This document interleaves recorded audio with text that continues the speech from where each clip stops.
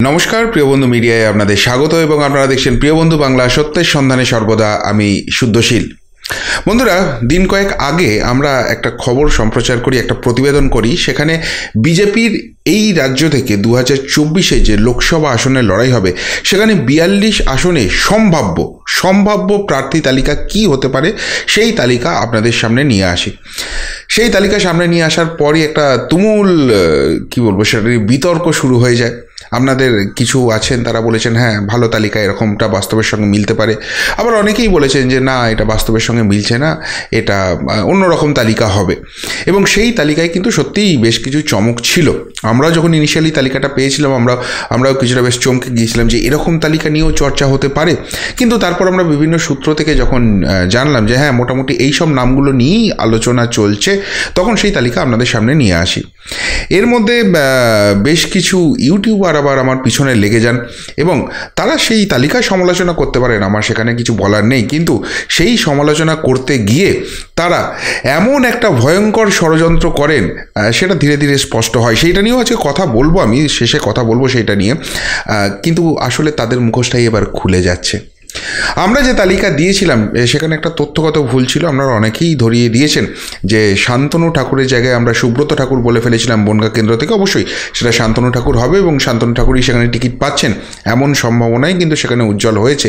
কিন্তু বাকি কেন্দ্রগুলোতে কি হবে? আজকে এই নিয়ে একটা ন্যাশনাল চ্যানেলে TV9 বাংলাতে একটা সংবাদ পরিবেশন হয়েছে। আমি তো স্ক্রিনশট ধরে আপনাদের দেখাবো। যারা কথা বলছিলেন, যারা আমার নামে ষড়যন্ত্র রচনা করছিলেন, যারা ওই দুর্নীতিগ্রস্তদের টাকা খেয়ে ছদ্ম বিজেপি সেজে আমাকে প্রমাণ করার চেষ্টা করেছিলেন যে আমি দুর্নীতিগ্রস্তদের দালাল এবং বিজেপির মনোবল ভাঙার জন্য করছি, আজকে তাদের মুখোশটা খুলব। তবে যে খবরটা প্রচারিত হয়েছে সে খবরটা দেখাই, একটা করে পয়েন্ট ধরে আপনাদের দেখাবো। আমাদের যে তালিকা আমরা করেছিলাম সেই তালিকায় কিন্তু অনেক হেভিওয়েট বিজেপি সাংসদের নাম বাদ গিয়েছিল। সেই তালিকায় ছিল দেবশ্রী চৌধুরীর মতো সাংসদের নাম, সেই তালিকায় ছিল দিলীপ ঘোষের মতো সাংসদের নাম। আমরাও বললাম তো, যখন এই তালিকার প্রাথমিকভাবে পাই আমরাও কিন্তু চমকে উঠেছিলাম। কিন্তু বললাম পরবর্তীকালে অনেক সোর্স থেকে আমরা সেটা ভেরিফাই করেছি যে এটা নিয়ে কথা হচ্ছে কি না, এবং হ্যাঁ আমরা সেই সত্যটা পেয়েছি এবং তারপরে নিয়ে আসছি। দেখুন TV9 বাংলার রিপোর্ট দেখুন। রাজ্যের 7 বিজেপি সাংসদের টিকিট না পাওয়ার সম্ভাবনা, বিজেপি সূত্র। ওই ছদ্ম বিজেপি সাজা ইউটিউবাররা বলছিলেন না, যাদের কি কেস হয়েছে লাস্টে বলছি, কেন তারা এই ধরনের কার্যকারখানায় নেমেছেন, কেন তারা আমাদের প্রমাণিত করার চেষ্টা করছেন যে আমরা বিজেপির ক্ষতি করতে চাইছি, সেগুলোও বলবো। কিন্তু বলছিলেন না যে এইসব হবে না, কোনো সূত্র বলে কারণ নেই, বিশ্বস্ত সূত্র বলে কথা বলে, বিজেপি সূত্র বলে TV9 বাংলা দাবি করছে, আমার দাবি নয়। আমারও সোর্স আছে, হ্যাঁ খুব ক্ষুদ্র, ঘরে বসে ইউটিউব করি, বিশাল কিছু জানি তাই নয়। কিন্তু কোনো খবর ভেরিফাইড না হলে, সেই খবর পাকাপাকি সূত্র থেকে না পেলে আমরা সামনে আনি না, আমরা মিথ্যা ছড়াই না, সেটা আমাদের কাজ নয়। যারা এটা করে তারাই গলাবাজি করে। যাই হোক, আমরা বলেছিলাম কি, এখানে বলছে রাজ্যের 7 বিজেপি সাংসদের টিকিট না পাওয়ার সম্ভাবনা, বিজেপি সূত্র। এবার আমাদের যে তালিকা ছিল সেখানে আমরা কি বলেছিলাম? আমরা খুব খারাপ কিছু বলিনি, আমরা বলেছিলাম অন্তত 8 থেকে 9 জন এবার টিকিট পাবেন না। এরা বলছে 7 জন। আমাদের কাছে যে খবর ছিল সেখানে আমরা বলেছিলাম 8 থেকে 9 জন এবারে টিকিট পাবে না। আলিপুরদুয়ার থেকে খুব সম্ভবত জন মার্লা টিকিট পাচ্ছেন না, তার জায়গায় মনোজ টিগ্গা আসতে পারেন। জলপাইগুড়ি থেকে জয়ন্ত রায় টিকিট পাচ্ছেন না, তিনি দাঁড়াতেই চাইছেন না, তার জায়গায় তাপসী রায়কে এখানে টিকিট দেওয়া হতে পারে। রায়গঞ্জ থেকে দেবশ্রী চৌধুরী টিকিট পাচ্ছেন না, পাপিয়া অধিকারী তার জায়গায় হতে পারেন। মালদা উত্তর থেকে খগেন মুর্মু খুব সম্ভবত টিকিট পাচ্ছেন না, জুয়েল মুর্মু তার জায়গায় আসতে পারেন। রানাঘাট থেকে জগন্নাথ সরকার খুব সম্ভবত টিকিট পাচ্ছেন না, মুকুটমণি অধিকারী তিনি খুব সম্ভবত টিকিট পেতে চলেছেন। মেদিনীপুর থেকে দিলীপ ঘোষ খুব সম্ভবত টিকিট পাচ্ছেন না, ভারতী ঘোষকে সেই আসনের জন্য ভাবনা চিন্তা করা হচ্ছে। বাঁকুড়া থেকে সুভাষ সরকার তিনি খুব সম্ভবত টিকিট পাচ্ছেন না, লকেট চ্যাটার্জিকে হুগলি কেন্দ্র থেকে তুলে এনে সেখানে প্রার্থী করা হতে পারে। বিষ্ণুপুরে সৌমিত্র খাঁ এগিয়ে আছেন, অ্যাডভান্টেজ জায়গায় রয়েছেন, কিন্তু একটা স্ট্র্যাটেজিগত কারণে হয়তো শেষ মুহূর্তে সৌমিত্র খাঁকে টিকিট নাও দেওয়া হতে পারে, কেননা এখানে যে সম্ভাবনা উঠে আসছে, যে রাজনৈতিক আলোচনা চলছে, সেখানে তৃণমূল কংগ্রেসের তরফে সেখানে প্রার্থী করা হতে পারে সৌমিত্র খাঁয়ের প্রাক্তন স্ত্রী সুজাতা খাঁকে, এবং যেহেতু একজন মহিলা মুখে নিয়ে আসা হচ্ছে এবং সেখানে রাজনৈতিক যে প্রচার সেটা অন্যদিকে ঘুরে যেতে পারে, সেই জন্য তার কাউন্টার করার জন্য এখান থেকে চন্দনা বাউরিকে সেক্ষেত্রে টিকিট দেওয়া হলেও হতে পারে। কিন্তু এগিয়ে রয়েছেন সৌমিত্র খাঁ, কিন্তু চেঞ্জ হলে সেখানে চন্দনা বাউরি টিকিট পেতে পারে, এমনটাই আমরা জানিয়েছিলাম। এবং বর্ধমান দুর্গাপুর কেন্দ্র থেকে খুব সম্ভবত আর সুরিন্দর আলোয়ারিয়া টিকিট পাচ্ছেন না, তার জায়গায় অগ্নিমিত্রা পাল টিকিট পেতে পারেন। আমরা বলেছিলাম 9 জনের তালিকা, 9 জন এরকম চেঞ্জ হওয়ার একটা সম্ভাবনার কথা শোনা যাচ্ছে। আর টিভি9 বাংলা কি বলছে, 7 জন বিজেপি সাংসদের টিকিট না পাওয়ার সম্ভাবনা। খুব ভুল কিছু বলিনি, কাছাকাছি ছিল আমাদের ডিম্যান্ড। এরপরের যেটা স্লাইডটা আপনাদের দেখাবো, সেখানে বলছে 42 আসনে 45 জনের নাম নিয়ে আলোচনা। আমরাও বলেছিলাম 43-44 জনের নাম নিয়ে আলোচনা চলছে। একদম প্রাইমারিলি এই নামগুলো ভাবা হচ্ছে, এর অল্টারনেটিভ একটা দূরে, যেমন বিষ্ণুপুর কেন্দ্র থেকে চন্দনা বাউরি না সৌমিত্র খাঁ, কাকে করা হবে, সেখানেই দেখুন একটা নাম বেড়ে গেল, 43 জন হয়ে গেল। এরকম 2-3টি আসন নিয়ে কিছু কনফিউশন আছে, কিন্তু প্রাইমারি নাম মোটামুটি সবকটা আসনের জন্যই ভাবা হয়ে গেছে। 42 আসনে আমরা 43 জনের নাম বলেছিলাম, এরা বলছে 45 জনের নাম নিয়ে আলোচনা চলছে। অর্থাৎ খুব কিছু ভুল আমরা বলিনি, কাছাকাছি রিপোর্টই আমরা দিয়েছিলাম। এরপরে আরও আছে, বলছে এবারে ভোটে 12 মহিলা প্রার্থী দিতে পারে বিজেপি। সূত্র টিভি9 বাংলার সূত্র বলছে, তারা তো ন্যাশনাল টিভি, ন্যাশনাল চ্যানেল, অনেক বড় তাদের নেটওয়ার্ক, সেই নেটওয়ার্কে শুধু বঙ্গ বিজেপি নয়, সেন্ট্রাল বিজেপির সঙ্গেও তাদের যোগাযোগ থাকে, সেইখান থেকে তারা তথ্য পান। তারা বলছেন ভোটে 12 মহিলা প্রার্থী দিতে পারে বিজেপি। সূত্র আমরা কি দাবি করেছিলাম? আমরা দাবি করেছিলাম 12 নয়, সংখ্যাটা 15 অবধি পৌঁছে যেতে পারে। জলপাইগুড়ি থেকে তাপসী রায়, রাজগঞ্জ থেকে পাপিয়া অধিকারী, মালদা দক্ষিণ থেকে শ্রীরূপা চৌধুরী, জঙ্গিপুর থেকে মাহফুজা খাতুন, ব্যারাকপুর থেকে ফাল্গুনী পাত্র, বসিরহাট থেকে নাজিয়া এলাহি খান, ডায়মন্ড হারবার থেকে সোনালী গুহ, যাদবপুর থেকে রূপা গাঙ্গুলি, হাওড়া থেকে অঞ্জনা বসু, হুগলি থেকে প্রিয়াঙ্কা টিবরেওয়াল, মেদিনীপুর থেকে ভারতী ঘোষ, বাঁকুড়া থেকে লকেট চ্যাটার্জি, বিষ্ণুপুর থেকে খুব সম্ভবত চন্দনা বাউরি, নাও হতে পারেন সৌমিত্রবাবুর টিকিট পাওয়ারও যথেষ্ট সম্ভাবনা রয়েছে। বর্ধমান দুর্গাপুর থেকে অগ্নিমিত্রা পাল এবং বোলপুর আসন থেকে কলিতা মাঝি। আমরা কিন্তু 15 জনের তালিকা নিয়ে এসেছিলাম, আর সেখানে টিভি9 বাংলার খবর বলছে যে অন্তত 12 জন মহিলা মুখ করার একটা সম্ভাবনা বিজেপির থেকে আসছে, এবং সেই রকম খবরই তারা করছে। এর পরের স্লাইডটা আপনাদের দেখাবো, আরও ইন্টারেস্টিং।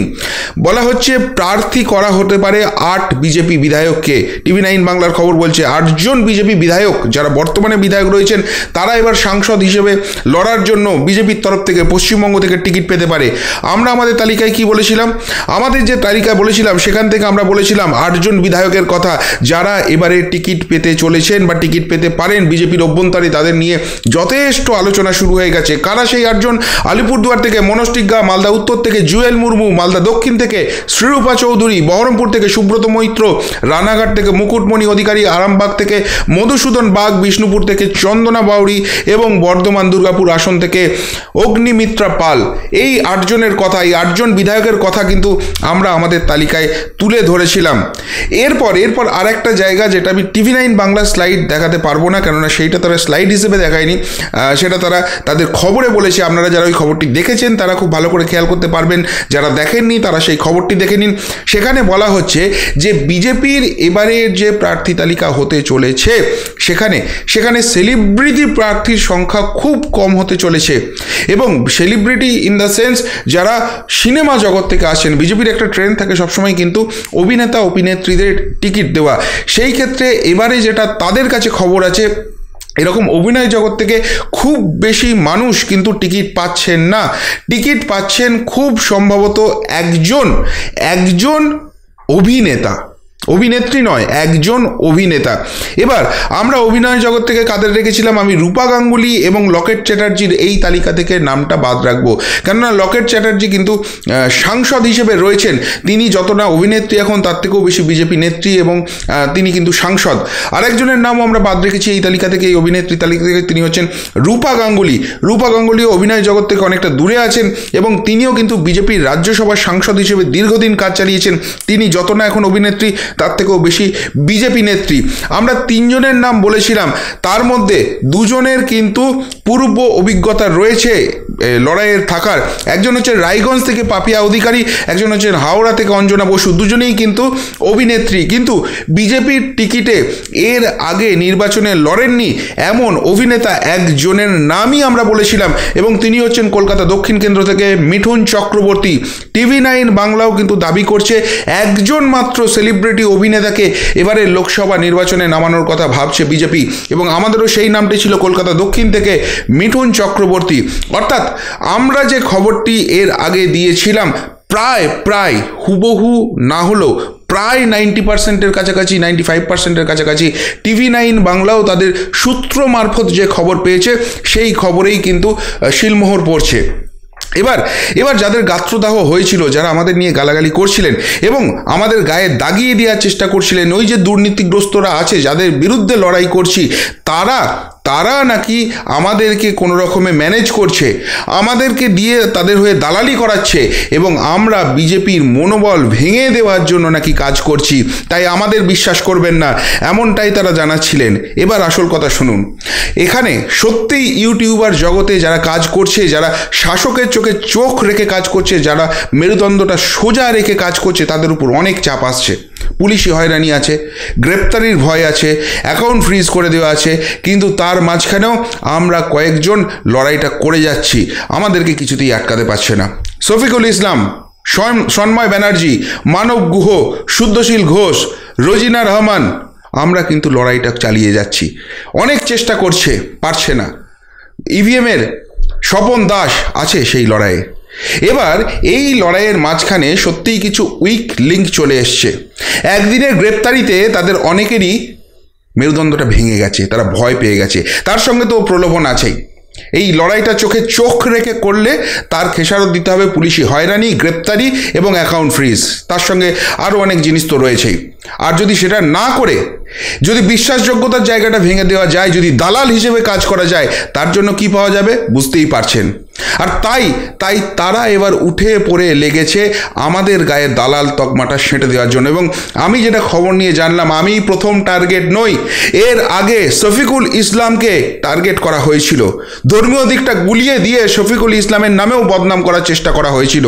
এর আগে সন্ময় দাকেও টার্গেট করা হয়েছিল, সন্ময় ব্যানার্জিকেও সেই একই জিনিস করা হয়েছিল।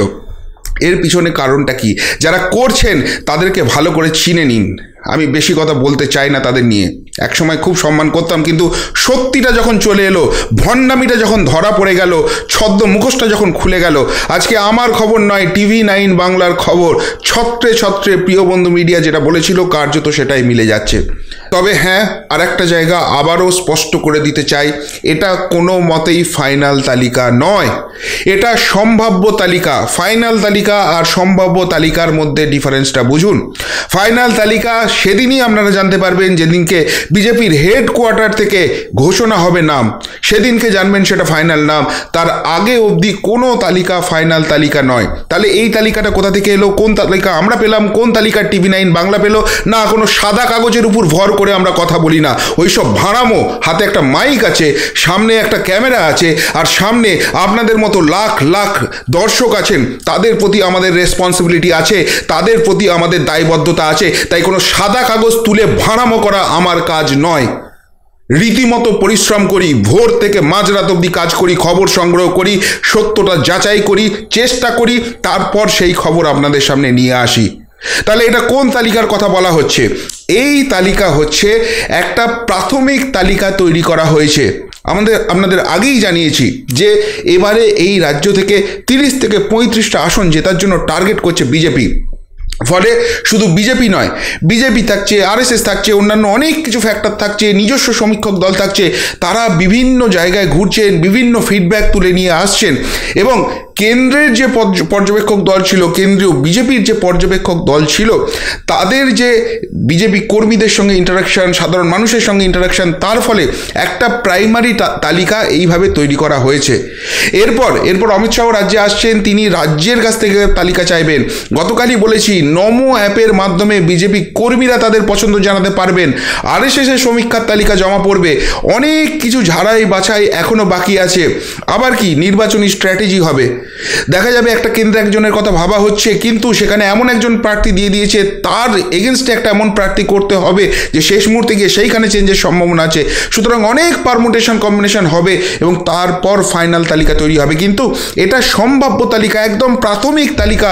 কেন্দ্রীয় বিজেপি তাদের যে পর্যবেক্ষক দল পাঠিয়েছিল, তারা যে প্রাইমারি একটা সার্ভের কাজ করেছে, তার বেসিসে এরকম একটা তালিকা তারা তৈরি করেছে এবং সেইটা কেন্দ্রীয় বিজেপির কাছে জমা দিয়েছে।